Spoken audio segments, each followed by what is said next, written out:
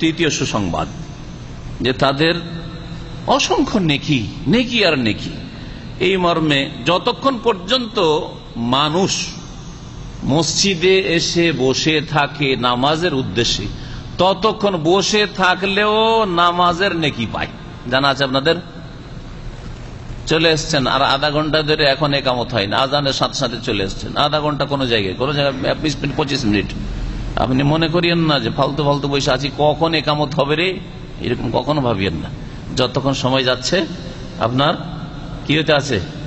নামাজের নেকি পেতে আছেন, নামাজের নেকি পেতে আছেন, আপনার নেকির ব্যালেন্স বাড়ছে, নেকির পাহাড় তৈরি হচ্ছে আপনার।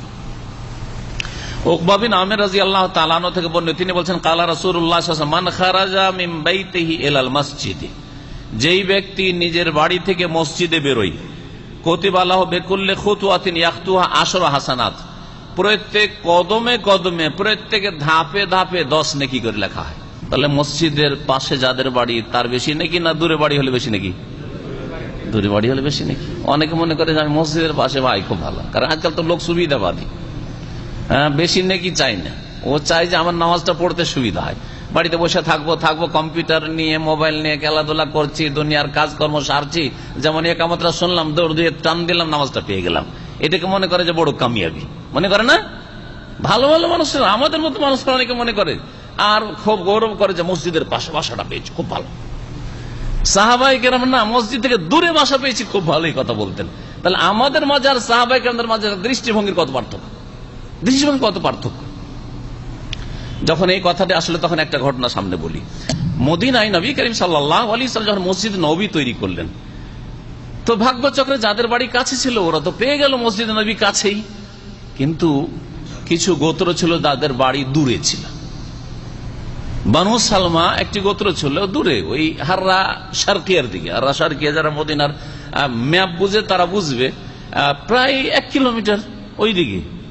তো ওই দূরে ছিল তারা।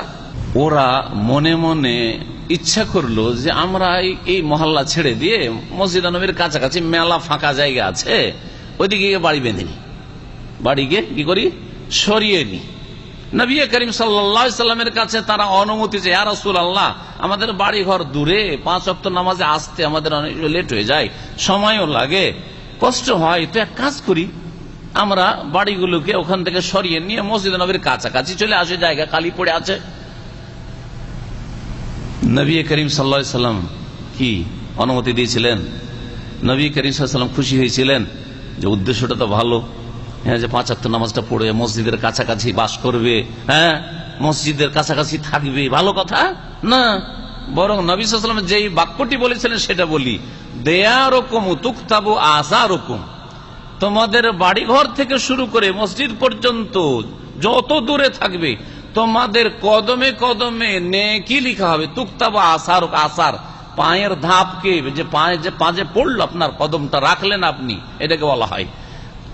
তোমাদের পায়ের যে নিশানা রয়েছে, পায়ের যে ধাপটা ফেললে, এটা তোমাদের জন্য আমল নামাতে লিখা হয়। সুতরাং তোমরা কাছে আসিও না, দূরেই থাকো, মসজিদ থেকে দূরেই থাকো। তো যারা দূরে আছেন তারা মনে করবেন না যে আমরা লসে আছি, একটু আগে ভাগে বেরোবেন, হিসাব করে বেরোবেন যে আমাকে রাস্তায় 5 মিনিট বা 7 মিনিট লাগে, তো ওই হিসাবে বেরোবেন যাতে করে আপনি মসবুক না হয়ে যান, জামাত শুরু না হয়ে যায়, 1 রাকাত 2 রাকাত প্রায় ছুটে যাচ্ছে, এরকম না। আল্লাহ আমাদের সকলকে যেন হেদায়েত দান করেন, কারণ এই ত্রুটি আমাদের অনেক নামাজি মানুষদের রয়েছে। আল্লাহ পাক আমাদের সকলকে যেন হেদায়েত দান করেন, নেকির কাজে আমাদের আগ্রহ যেন বাড়িয়ে দেন। আর যারা কাছে আছেন তারা, তাদের উপর মসজিদের আরো বেশি হক রয়েছে। কাছে আছেন বলে ভাবিয়েন না যে আমরা একামত হইলেও তো যে 1ম রাকাত পেয়ে যাচ্ছি, হ্যাঁ সুতরাং আমরা একামত যখন শুনবো তখন যাব। তাহলে আজানটা কি কাজ হয়েছে? আজানটা দূরের লোকের জন্য, আপনাদের জন্য আজান হয় নাই। যারা কাছে বাস করছেন তাদের ওপর মনে রাখেন, যারা মসজিদের আশেপাশে বাস করেন তাদের ওপর মসজিদের আরো বেশি হক আছে। প্রতিবেশীর হক আছে না নেই? দূরের লোকের চাইতে প্রতিবেশীর বেশি হক নয়? তো মসজিদের আপনি প্রতিবেশী, তো আপনার উপর মসজিদের হক নেই? জারুল মসজিদ, আপনি মসজিদের আপনি প্রতিবেশী, সুতরাং আপনার উপর মসজিদের অধিকার রয়েছে, মসজিদের পাওনা রয়েছে। সেটা হচ্ছে মসজিদের খেদমত করবেন, মসজিদে দেখাশোনা করবেন, মসজিদের যত্ন করবেন, মসজিদে আগে ভাগে আসবেন, মসজিদে আজান দেওয়ার লোক আছে কিনা খোঁজ খবর রাখবেন ইত্যাদি।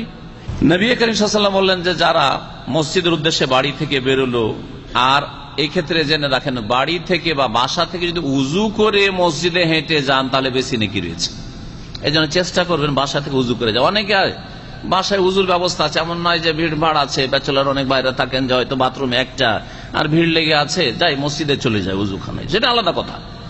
কিন্তু যাদের হয়তো উজু করার ব্যবস্থা আছে, কোনো অসুবিধা নেই, ব্যাচেলার হন অথবা ফ্যামিলি ওয়ালা মানুষ হন, মসজিদে এসে উজু না করে বাসা থেকে বাড়ি থেকে উজু করে মসজিদে আসবেন, এটাতে বেশি নেকি রয়েছে। বেশ কিছু হাদিসে রয়েছে মান তাতাহারা ফি বাইতি, বাড়ি থেকে উজু করে বেরোলো, মান তাওয়াজ্জা ফাহসানাল উযুয়া সুম্মা খারাজা আল মসজিদ, যেই ব্যক্তি উজু করলো আর ভালো করে উজু করলো তারপরে মসজিদে বেরোলো। তার মানে হাদিসগুলো কি বোঝায় যে আপনি উজুটা বাড়িতেই করেন, হ্যাঁ, পবিত্রতা অর্জন করেন, আর তারপর উজু অবস্থায় মসজিদের উদ্দেশ্যে রওনা দেন। তো নবী করিম সাল্লাল্লাহু আলাইহি ওয়াসাল্লাম বলছেন যে যারা মসজিদে হেঁটে আসে প্রত্যেক কদমে কদমে আশরা হাসানা 10 নেকি করে লেখা হয়।